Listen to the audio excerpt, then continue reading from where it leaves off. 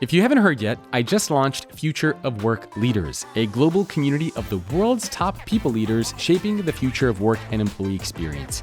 If you are interested in learning more and requesting an invite, and if you are a chief human or chief people officer, then head on over to futureofworkleaders.com. Again, that is futureofworkleaders.com. Hey everyone, welcome to another episode of Future Ready Leadership. My guest today, Keith Ferrazzi, the #1 New York Times bestselling author of several books, including Never Eat Alone and his newest book, Never Lead Alone, 10 Shifts from Leadership to Teamship. He's also the founder of Ferrazzi Greenlight Consulting. Keith, thank you for joining me. Jacob, this is going to be a lot of fun. I'm looking forward to it. I don't know if I've ever told you this story. I may have. But the first job that I ever had working in downtown LA was next door to your office in LA. It was at a company called Passenger. Do you remember that company by any chance? Do you remember? No, I don't. The CEO was Andrew. I can't remember his last name. But I remember as I would go up and down the stairs, I would always walk by your office and it would say Ferrazzi Greenlight on there. And I'd be like, what is going on? Like that, who is this person? What kind of company is this? And I would look it up and I would see Keith Ferrazzi and I'm like, oh, he's doing some cool stuff. So it's very funny that we used to be next door to each other when I was, mid to early 20s. That's funny. That's funny. Very funny story. I wish you had stopped in and say hi. We've always had a free lunch at the office, so that would have been a reason to get to know you. Oh yeah. Oh, who knows what the hell I was doing at that time? I think it was my first job out of college. So I don't think at that point I had any of the thoughts and opinions and ideas that I had now. I was just happy to have a job and do my 3-hour daily commute to and from downtown LA. So I was just floating around. So funny that it's kind of like full circle now. And again, you've been on the show before. And you have this brand new book that's out. And so very first question for you is, why write this book? Yeah. Well, Never Eat Alone launched my, thought leader career, having left the role of CEO of a computer games company and then started Ferrazzi Greenlight as a research institute for focusing on elevating humans in the workplace. The reason I did that is, and I actually had a real job before doing this thought leader stuff. I was the chief marketing officer of Deloitte, and I was the chief marketing officer at Starwood Hotels, both of which were at the very early stages. At Deloitte, we were the lowest of the big 8. We aspired someday to be at par with Accenture and McKinsey, et cetera. And at Starwood, we really aspired to be radically disruptive in the hotel category. So if you look at both of those businesses, at Deloitte, they crushed it and achieved it. There's no question that Deloitte today on a global basis is at par with the most prestigious services firms in the world. And then Starwood, on the other hand, despite all of our great innovations, I was running the Star Preferred Guest program, which everybody loved. We created the W Hotel chain, all of these wonderful innovations, and we still had to sell to Marriott at below multiples of what we should have. And if I look back on that, there is no question in my mind the difference in culture between those two organizations. One organization was a band of brothers and sisters taking a hill together, disruptive, challenging, supportive, no behind the back conversations. Just the opposite was true over at Starwood. Yeah. It was a convoluted, competitive organization that really was never fully aligned between the finance folks, the real estate folks, the marketing folks, the ops folks, et cetera. And we just couldn't get ourselves together in the end of the day. And that made me recognize how important teamship is as a principle. We focus so much on leadership, and that's why I was excited to be on this show. And I agree. However, we really do miss what is the role of the team. What's the team's role in leadership? What's the team's responsibility in leadership? I believe teams need to step up 30% and meet the role of a leader. And that's what this book is all about. Okay. Well, let's unpack that a little bit. So what is this concept of teamship? Because to your point, A lot of people are familiar with the idea of leadership. How does teamship play into that? So I'll use this example. If we're coaching leaders and managers, we would say a good leader gives feedback, but a great leader can get the team to give each other feedback. Mm-hmm. A good leader holds individuals in the team and holds the team accountable. A great leader gets the team to hold each other accountable. A good leader worries about the energy of the team. A great leader makes sure that the team worries about each other's energy. What I see in benchmarking 3,000 teams, we've been at this for 20 years now. We started the business in 2000. It's even more. In 2000 is when we started the business. And our focus was the science of high performing teams. I was radically infused and excited by the work that the Gallup organization was doing Mm-hmm. by measuring employee engagement. I was excited by what Lencioni wrote in his Five Dysfunctions, but that was 20 years ago. Yeah. And we, for 20 years, have been researching the practices of high performing teams. And what we find out today is that it's not just behavior, it's process, it's tools. All of those things coming together make up what a high performing team is. And that's what's laid out in the book. So is teamship aligned with like consensus? In other words, like getting everybody on the same page, making sure that we're operating as a unit, that nobody's in particular, taking charge. We're all kind of on the same level playing field. Or how would you think about that concept of teamship? I love the question because I could not be more against consensus than anything. Yeah. Too many people think about consensus as the need to take everybody's opinion in and ends up creating this mushy mash of everyone's opinion, and it isn't bold. That's what people get fearful of when I talk about getting broader, inclusive dialogues to occur. What we have to recognize is when we open up the aperture of a team to engage, to challenge, that means that we're getting all the data on the table in the room. There's no walk down a hallway where the conversation really happens. There's no talking behind each other's backs.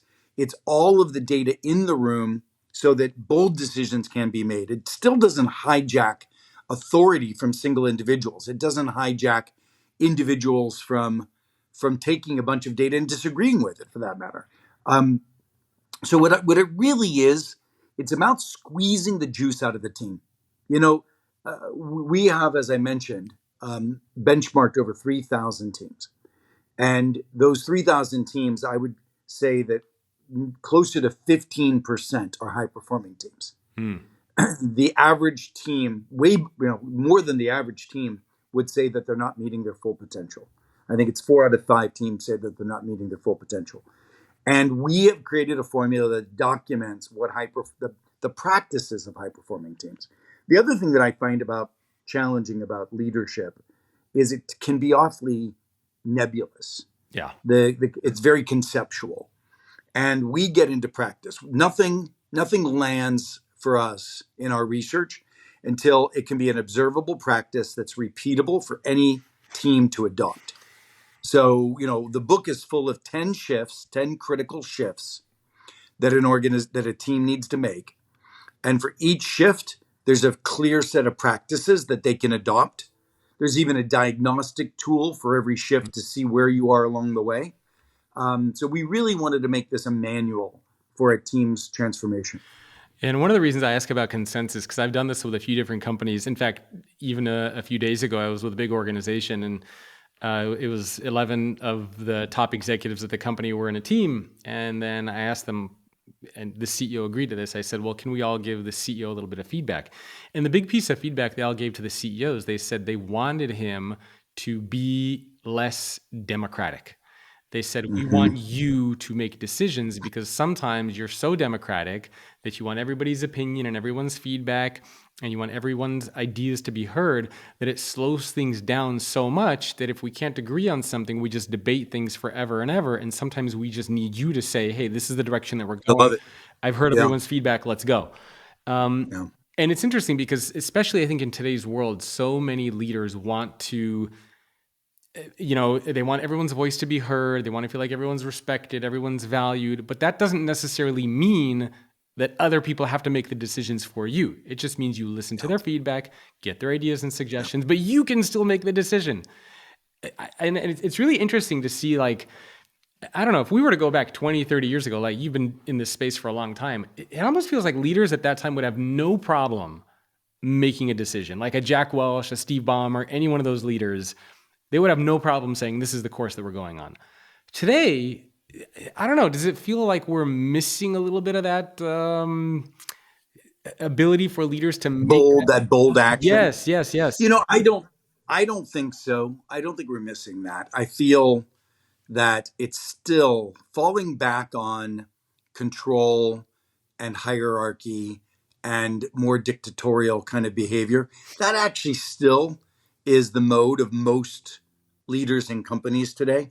I think if you are spending some time up in the Bay Area with some of the startups or some of the tech companies competing for talent, that they might have actually gone a little too far to the left on that one. And I feel like to some extent, a lack of accountability and a little bit too much tiptoeing. But let me take you back for a second. I like that. Too much tiptoeing. That's what I was looking for. Yeah. It's interesting. One of the chapters in the book is about the shift from growth being an individual sport to it being a team sport. And, if you think of most people's feedback that they get, growth and development, it comes from their boss. It might come from HR, but really it's up to them to curate. And I believe that it's a team sport. And you did a lovely exercise where you got everybody to give the leader feedback. We do an exercise. It's called all of our exercises, and they're in the book, are called high return practices. They're called high return practices because every time we see, when we're looking at a team that's performing well, if we see a practice that looks like what you might call a best practice, we grab it, we take it out, and we apply it to a bunch of teams in a statistically significant way until we know, that practice works. It moves the needle on outcomes or a diagnostic tool. So I'll give you a really good practice you can use as a coach. And I would actually imagine a lot of this book will be used by coaches as well, which I'm happy for. But the exercise is called an open 360. Okay. So you start with the leader. Everybody goes around and says to the leader, what I most admire about you is, and then fills that in. And then everybody goes around and says, because your success is so important to our success, I might suggest. And everybody goes around and gives the piece of critical feedback that you're talking about. But then we go to the next person. Everybody does the same thing for every person on the team. So we've all done 360-degree reviews where it's confidential, it's private, it's sometimes people are worried about back talk, etc. Yes. We need to get to the stage where 360s are open. That the feedback, that the team is each other's coach. Very few teams have what I call a social contract. So a social contract is a team's culture. Some teams would say, I'll never challenge a peer in the room because it throws them under the bus. Another team would say, we're going to challenge each other because we will never let each other fail. Yeah. So it's just a social contract. And this open 360 exercise is something you might try sometime. Yeah, I worked with a company once, and again, all their executives, they're like, yeah, we have anonymous 365 reviews for our top executives. And this is like the CEO, COO. And I went in there, I'm like, what the hell are you guys doing? Like, you're the top leaders of a company, and you can't give each other feedback. It has to be anonymous. And not only that, but when it's a small group of top executives, you kind of know who's giving you feedback and who's saying what. You definitely know that that's a team challenging with psychological safety. Yeah, and I mean, especially for the top executives at a company, I don't believe there should be any anonymous 365 anything. But I wanted to get back to a point that you made earlier. This idea of hierarchy and authority, and it seems like today a lot of that stuff gets bashed. And I'm not saying that we need the Jack Welch style of organization, but isn't it fair to say that there is still a place for hierarchy. There is still a place for strong decision making. There is still a place for a leader Yeah. saying this is the direction. And we see this a lot with the work from home stuff, like Amazon. Recently, Andy Jassy came forward, and these companies are getting so much pushback. But whenever I talk to executives, I always tell them, I say, I don't see any problem that if you're the leader of a team or a company or a function, if you go to your team and say, hey, we want employees back into the office because we've noticed that productivity has gone down, collaboration isn't there, we're having a hard time promoting leaders and looking for leaders. You should that's okay to say that. And you could tell employees that you want them to come back to the office, but then you have this pushback. And employees are saying, oh, prove it to me. Prove to me that we need to come back to the office and it's beneficial. And then there's like this back and forth, and then there's compromise. And I don't know, to me, that does not feel like the right approach. And I think a lot of leaders are having a hard time just being strong, bold leaders when they need to be. So I'm curious to get your take on that. Is some of that hierarchy and demand a good thing? So, gosh, there's so much you just said. I'll unpack it in 3 different points. Point number 1 is most leaders don't listen effectively to bold and courageous ideas. So, in our data, it shows on a scale of 0 to 5, the average team's level of courage and candor, willing to challenge when it's risky, is down in the low 2s. Okay. So most leaders don't hear truth. So the first thing we need to do is to make sure that the leader who's supposed to be making these bold decisions has heard all of the input. And there's a couple of different ways to do that. There's an entire chapter in the book about unleashing candor in your teams. There's another chapter talking about changing collaboration so it's not meeting based. The worst and least effective way to collaborate is in a meeting. Yeah. In a meeting, only 4 people think they're heard in a meeting out of 12. Yeah, and there's 100 people on the meeting. And everyone's just passively listening, and it's not the right place to engage collaboratively. Now, the first step is you need to get everybody to be willing to have bold challenges, to have ideas and challenges in the room openly. The second thing is that has to be recognized that is only data, meaning the input is data to make a bold decision. It is not something that we have to acquiesce to everybody's point of view. Yeah. That's consensus, and that's what I was reacting to previously. I'll come back. Remind me about something that we call stress testing. Okay. It's a very simple practice. I'll make a note of that. That will allow leaders to make bolder decisions. The second thing that you're talking about is you riffed a bit about a particular challenge right now in the world around hybrid work and et cetera. What I can say is that there is no evidence that if you do hybrid work well, that it is worse than doing physical collaboration and physical work. Yeah. If you do it well. But that requires a re-engineering of work. So we watched companies that had moved to become virtual during the pandemic re-engineer their ways of working for what I call 21st century collaboration, where instead of using meetings, they use collaborative documents. They re-engineer their culture. And when that happened, the organizations that re-engineered culture, re-engineered collaboration, actually performed better on all those dimensions you mentioned, have metrics that show productivity went up, that show team bondedness went up and connectedness went up. Mm-hmm. Everybody thinks that you have to be in the office to bond effectively because we bond by walking down a hallway, bumping into each other at coffee. But if you purposefully bond, there's an entire chapter in the book about how do you increase bonded and connectedness among your team.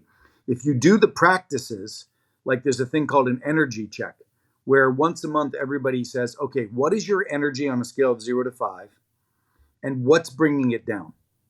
So everybody would go around and say, listen, my energy is a little low right now. It's probably a 2.5 because my mom isn't well and we haven't been able to figure out, what it is.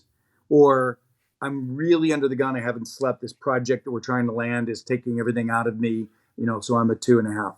So the ability to do energy checks And then to have a social contract among the team that says, we have each other's back.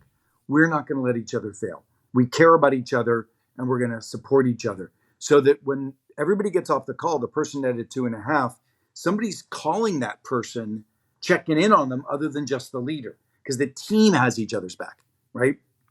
So the second point that I would make is too many leaders are quickly falling back and saying, hybrid work doesn't work, but they didn't actually give the best practices a try for hybrid work.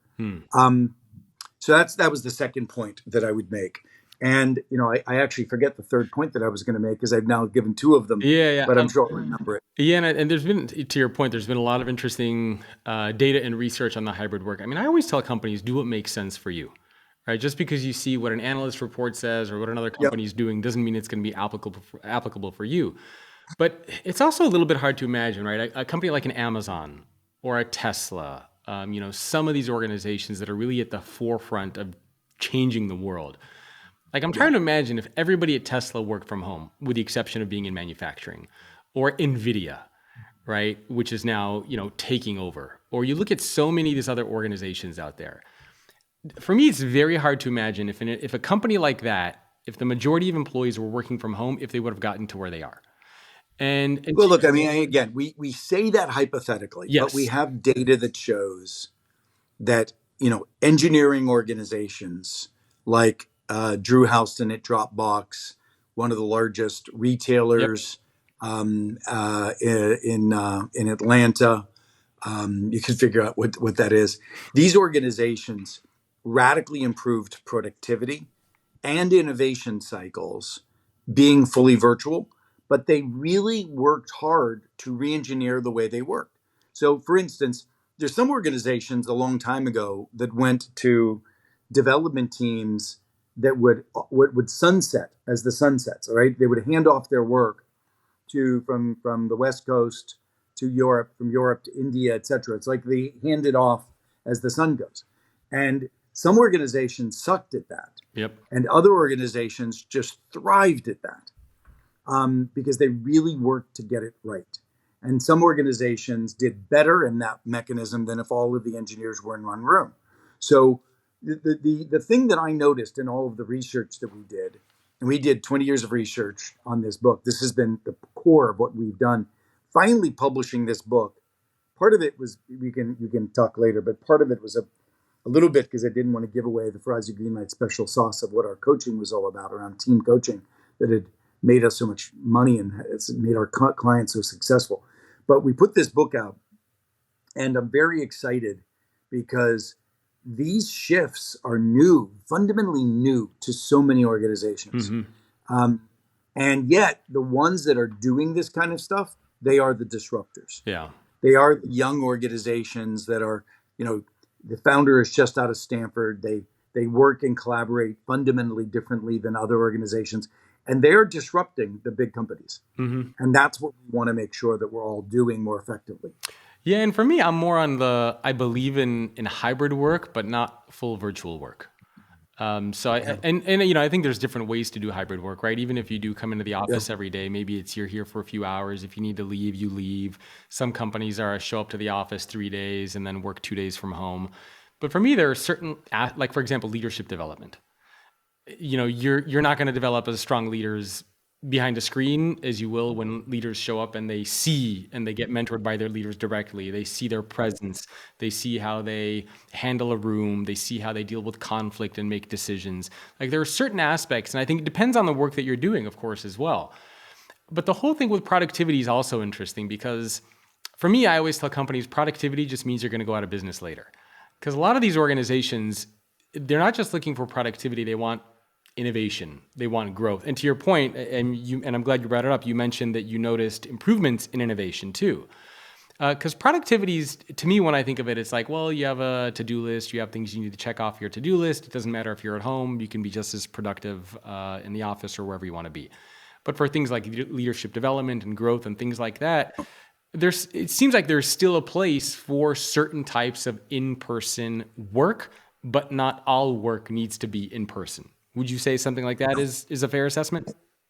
Again, the key is effective engineering of work. I don't know if I mentioned this earlier, but what I noticed as we were looking at the heroes of this book. So every chapter starts out with somebody who's crushing it in that shift, Okay. somebody who's crushing it in the ability to build purposeful bonding in a team, somebody who's crushing it at reducing the cycle times for innovation, somebody who's crushing it at getting more courageous, candid dialogues, etc. And what we found was that all of the heroes were engineers, oddly enough, who, by the way, had turned their engineering mindset toward their companies themselves, not just to the product, but to the how they worked. So, people like Arvind at IBM, who's ushering the IBM turnaround, Yep. and they're doing well, incredibly well. This is a guy who realized that he needed to take his engineering mindset and bring it to sales and think about the re-engineering of the sales organization from an agile mindset and using agile practices. And he's crushed it. Everybody said that if he started screwing with the sales organization, it would backfire, and he's actually crushed it. Yep. I think that we need to take an engineering mindset to work itself. Yeah. The two times that's been done is when we were falling behind in manufacturing, and the Japanese were kicking our butts in the steel industry, and we woke up to the realization that Six Sigma, TQM, Kaizen, the kind of principles that re-engineer work down at the manufacturing level, it was manufacturing engineers that did that. Yeah. Then software engineers implemented Agile, a new way of working. We're now re-engineering white-collar work, but we don't have engineers. We have HR policy people looking at it. Yeah. We've taken an engineering mindset to reinventing work. Yeah, and IBM, I remember, I think it was in January, February, March, they had a big push towards come back to the office as well, I believe. Didn't they have that? I think it was IBM. Not sure. Yeah, I think it was IBM and I don't remember if it was for the whole company, if it was just for managers, but I think they had like some maybe some playbook. But to your point, they actually had a playbook. Like they put together a process, a plan, a strategy. They had some sort of infrastructure put in place to help everybody understand and identify roles, responsibilities, what goes where, as opposed to just saying, hey, starting tomorrow, I'll come back to the office. In fact, I just read a couple of days ago, I can't remember which company it was. I got to find this. But basically, with 2 days' notice, they said, everybody come back to the office. Right? Like today's Wednesday or today's Thursday, on Monday, everyone back to the office. And everyone's like, what the hell? Like this came out of nowhere, and there was nothing to support that. And I think that can certainly cause a lot of chaos for organizations. You also mentioned another interesting point I wanted to get to. You said this idea of like squeezing the juice out of teams, which I love. But how do you balance the idea of squeezing the juice out of a team? Today in a lot of organizations, if you mention that or like push people or go above and beyond and work hard, to your point on tiptoeing, like how do you balance the juice with the tiptoe? Well, first of all, I don't believe in tiptoeing. Just be I direct. believe in very direct, challenge-oriented conversations. If I were to bet $1 on the effectiveness of an organization, and in other words, let's say I'm going to buy stock, I will want to buy stock in companies that have a challenge culture, not what some people call a nice culture. I love that you say that. Yes. Yeah. A nice culture, polite, typically turns political. Yeah. If you're so polite you can't tell your truth to a person or in the room, then that conversation is going to turn into a back channel conversation. And the data is not going to be on the table to make good decisions. We've got to have a challenge culture where people feel comfortable challenging not only the boss, that's easy actually, challenging each other, that's tough. We broke what we noticed when we were looking at high performing teams is that we broke the feedback that teams gave each other into different areas. There's feedback on ideas. That's traditional collaboration. There's feedback on performance and accountability. That doesn't happen peer to peer. That typically is a boss type of feedback. Okay. But we need, like, if I'm running sales and the head of marketing is letting me down in terms of campaigns, I should be able to say that out loud so that we can get to a better place, right? I need to be able to challenge my peers relative to accountability. The next is on competencies. When I was the head of marketing at Starwood, the head of sales was the one that had told me that I needed to get in the groove and start learning digital marketing in a day when my job had to be not only brand, but it had to be filling the Sheraton in New York every weekend. So, I needed my competencies challenged by somebody who recognized that I needed to up my game in an area. I consider that a benefit, not throwing me under the bus. And then finally on style, sometimes people feel shut down by a certain style of a person, etc. We've got to be able to share that, and people need to be able to know where their weaknesses are in terms of their leadership and communications and other things. So those 4 areas, that's what I think about, and we engineer so that we can actually have that kind of a culture in the room, and I think that's so important. Are you a chief people officer or a chief human resource officer that is responsible for the future of work and employee experience? If so, then you're going to want to check out futureofworkleaders.com. It's a new global community that I am putting together of the world's top people leaders from brands including Neiman Marcus, Johnson & Johnson, Dow, Lego, Tractor Supply, Northrop Grumman, and dozens of others. If you're interested in learning more and requesting an invite, and again, if you are a chief human or chief people officer, then head on over to futureofworkleaders.com. I love that. Maybe you tell me on this. Do you feel a lot of, I don't know if it's just leaders, do a lot of employees struggle with that direct? Yes. Right. Either they don't want to make the other person feel bad, or sometimes another issue I found is that we conflate the issue with the person. So instead of focusing on the issue or the behavior, we say you are, insert adjective, and it becomes a personal attack. Yeah. So how do you balance the feedback? Yeah, so that's great.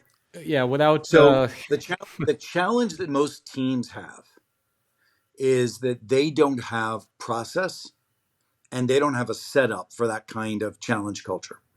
I'll give you a couple of examples.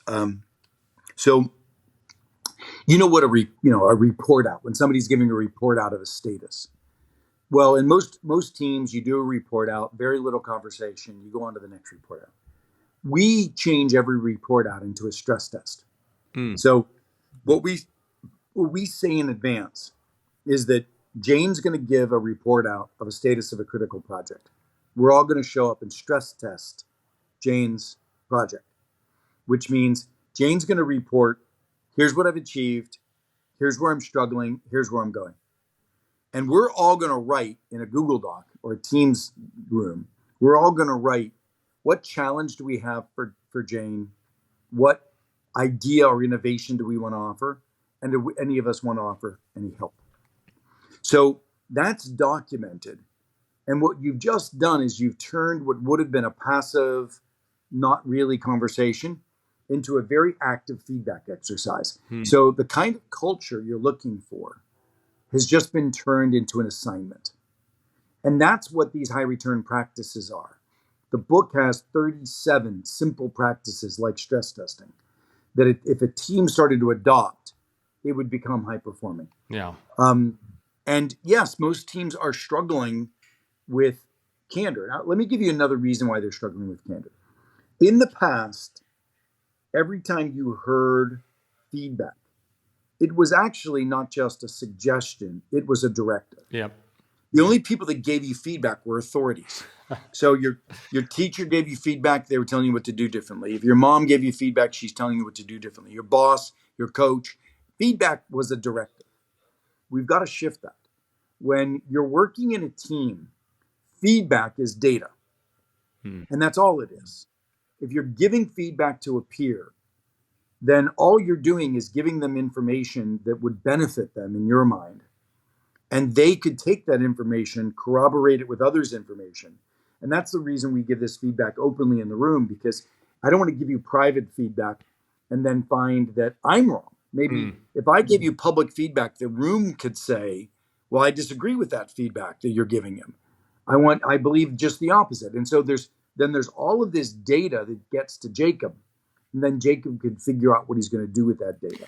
And that's the difference when you start to give peer-to-peer feedback. You've got to unpack it so that the feedback isn't considered a directive, it's considered data. I actually really like that way of thinking about it, because I think it'll help just everybody from taking feedback so personally as an attack and as I'm coming for you. Just look at it as a data point. And I think that's a very good way to frame it in an objective way. Maybe one more question for you before we switch to some action items that people can take. And it's around this idea of psychological safety. And tying back to some of the other things that we talked about earlier, how do you balance psychological safety with performance? Because I think it was Peter Capelli who recently came out and did some research, and he said you can actually have too much psychological safety in an organization. And then you see authors and researchers like Jonathan Haidt, who wrote The Anxious Generation, who say that psychological safety doesn't mean that you have the right to not be offended at work. Right? It means that you can be treated respectfully, but yeah, you might not agree. Sometimes you might be offended. That's okay. You need to have the ability to deal with that. But how do you balance treating everyone with kid gloves versus also making sure that there's an emphasis on performance, on accountability, and on responsibility? So good point. And again, I think it goes back to what we were saying earlier. We have to make sure that everybody knows that our primary mission is this. This is our mission. This is our North Star. We're committed to get there, and we're not going to fail, and I'm not going to let you fail. Mm-hmm. And if I see something that I believe might lend to your failure, I have to say something. See something, say something. But it doesn't mean that you have to listen to me. I mean, it doesn't mean that you have to do it. You have to understand my feedback. That's all. We cannot live in organizations where everybody is so precious. Yes. And that's what I think you're hearing, that people are so worried. You know, it was funny. I have 6 boys, and one of my boys, and they're all adults, and some of them take feedback. All of my kids I got by the age of 12 or older. So these are all kids that had been in varying degrees of challenging circumstances in their past. Some of them in foster care, and some of them are quite defensive. One of them particularly is quite defensive. And you know, he was working for a big company, and he said to me that that the boss was harassing him. And I was like, wow, that's a pretty serious accusation. Tell me what's going on. And when he described what was going on, I said, well, that's not harassment. That's called feedback, right? I mean, the boss giving you feedback, constructive criticism about your performance isn't harassment. Yeah, that's a tough. And that's something we've got to really be cautious about. I mean, I don't even know how we got to that point, to be honest, but I feel like it's coming up. Well, I know. I'd love to hear your. Because the for a period of time, the job market was so thin that we were throwing, remember this, remember the free lunches and the take your, dog care and good all old of this days. Kind of and, that just kept ratcheting up. And we're so worried about how you feel. And yes, I am worried about how you feel. I want to know that you're feeling productive, like you can get the job done, that your boss has your back, that your team has your back. There's a lot of really important pieces, but that doesn't mean that everybody needs to be so precious. Yeah. And that's an important issue. Yeah, it's one of the reasons and why some organizations just went too far. Yeah, I mean, it's one of the reasons why I'm skeptical, or when we think about like well-being and engagement programs, we always talk about the pros to them, but I also think there are some cons to them. And we won't get into the whole thing now because, but I mean, generally put, my challenge, at least one of the things that I hear from a lot of CHROs, when I ask them, why do you do these well-being programs? They say, because our competitors do it.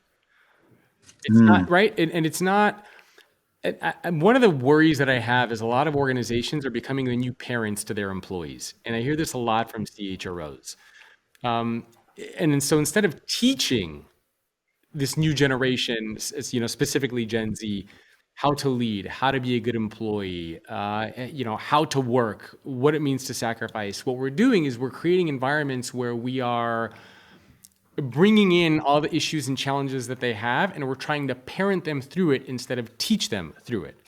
And so for me, I think there's a fine line between well-being. You're basically saying we've become helicopter bosses. Yes, I Yeah, I completely believe so because I interesting. mean, think about it. Why employees need to have responsibility over their well-being, what they do in their personal time.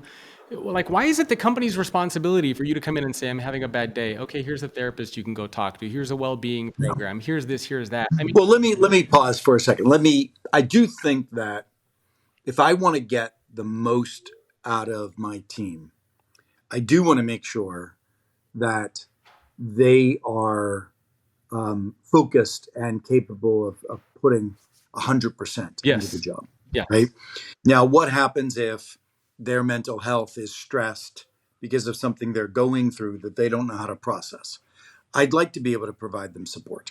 yeah, Now, let me.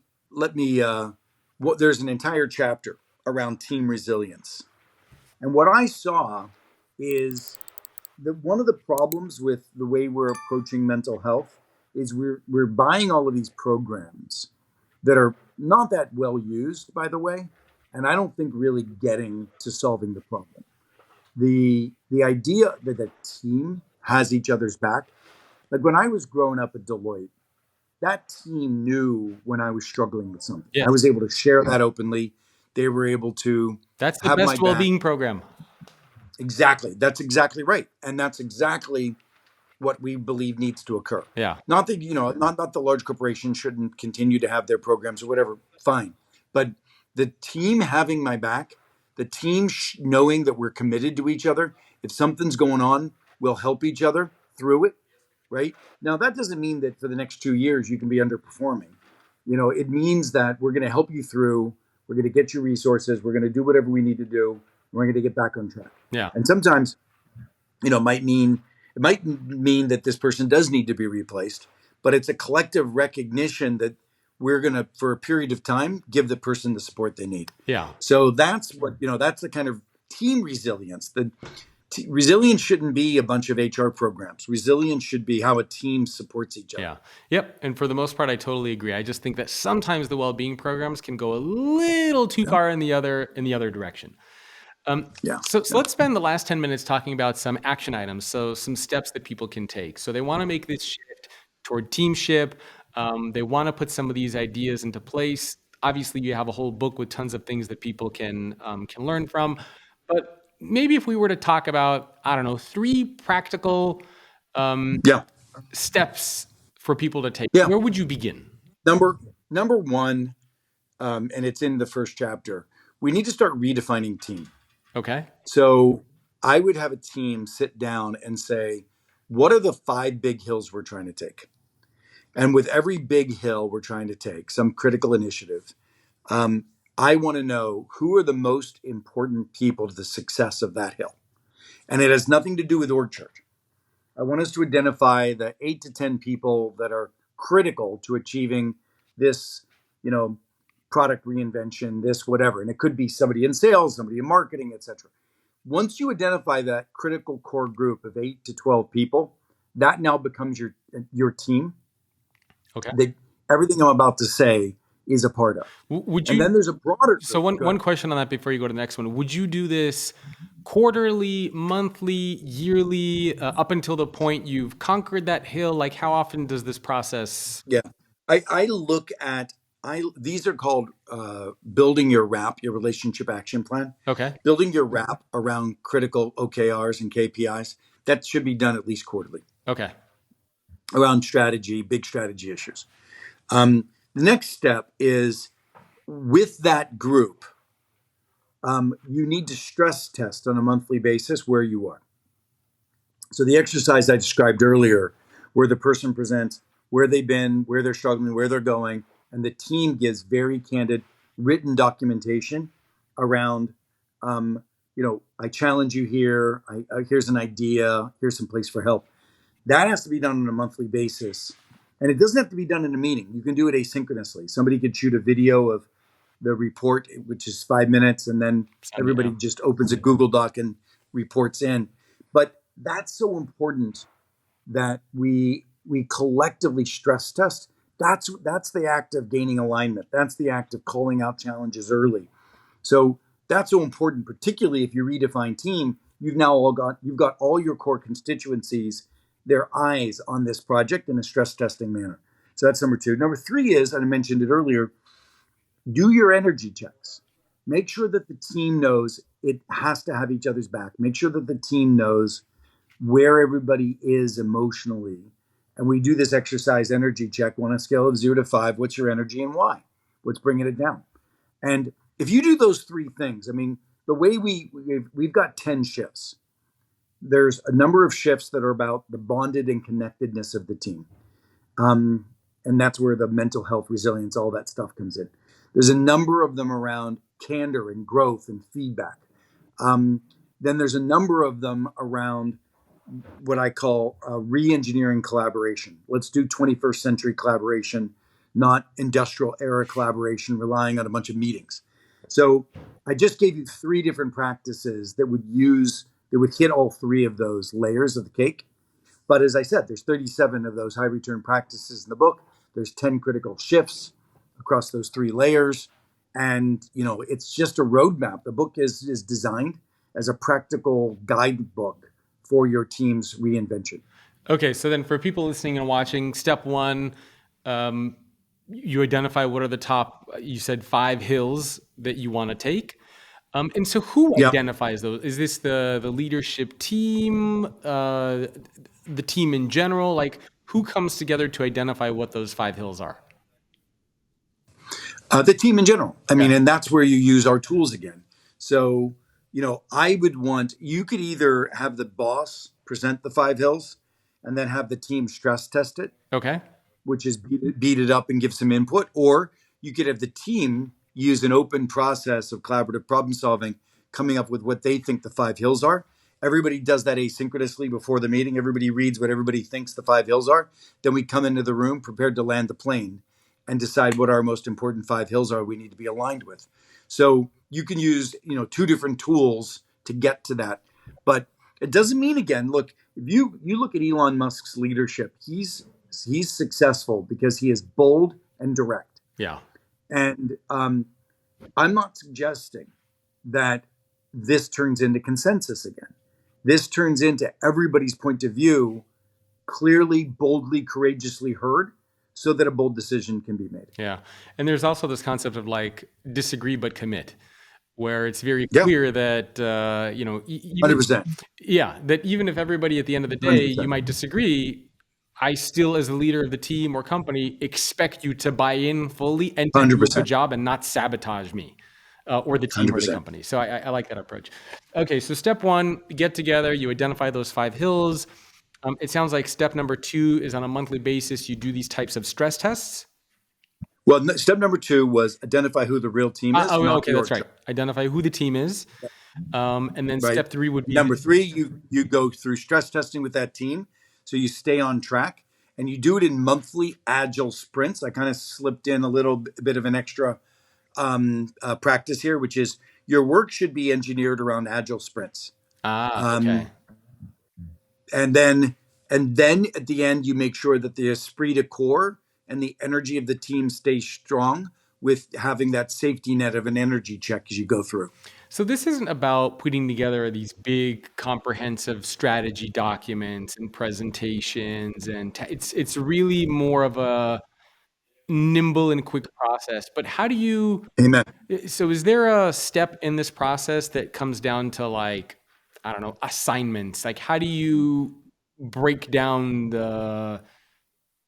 Yeah, I mean, I'm not taking away the authority structure and and the structure of where work happens. Okay. That your organization is designed around that. Once you have the big hills, once you identify who the team is, once you start stress testing, the engineer is going to lead the product development. Okay. The sales guy is going to lead the go to market. The HR person is going to lead the talent recruitment piece, etc. So you're gonna have your swim lanes, but you're not going to feel like you're constrained to them. Okay. Makes sense. And very last question for you. Where do you find that most people make mistakes with this? Where are most of these teams falling short? What are the big roadblocks? It's falling back into the old organic. Let's just have a meeting on that. Let's Yeah. not because we're busy, we don't take the time to do the energy check. I don't have It's time. I don't have time for that. the momentum of getting work done in old fashion is very steep and deep. And, I'm hopeful that the book, one of the things I did is I cut a video series around the book. So I could actually be there coaching each chapter. And that's being given away for free to anybody that buys the book for their whole team. And so I'm excited about, putting some coaching guardrails on this too. So it's not just a manual. Because even when we're physically coaching teams, it's a heavy lift to get people to adopt new practices. Yeah. Couldn't agree more. Well, Keith, where can people go to learn more about you, grab your book, if you have any tools and resources you want to mention for people to check out? Yeah, you go to keithferrazzi.com, keithferrazzi.com. That's a perfect place to get a lot of this information. You can also just buy the book on Amazon if you'd like. But if you want to get the free video series and that sort of stuff, go to keithferrazzi.com. Okay, awesome. Well, Keith, thank you so much for taking time out of your Jacob, day. Thank you. I really appreciate it. Thank you. And I hope everyone listening and watching goes to grab a copy of your book. Again, it is called Never Lead Alone. It's officially out already, right? November 12th. November 12th. Okay, got it. So November 12th, book is coming out, but you can already pre-order it. I had a chance to read a 100%. galley copy. It's fantastic. So congrats on the book. Jacob, thank you very much. It was great to be here. I'm sorry we didn't meet each other 20 years ago. I know. Next time. All right. Thanks everyone for listening. Thanks for tuning in to today's episode of Future Ready Leadership. If you want to get access to more content on how you can become future ready, make sure to subscribe to the newsletter. It's thefutureorganization.com/newsletter. And if you enjoyed this episode, please send it to somebody who you would like to see become a better leader. Thanks for listening or watching, and I will see you next time.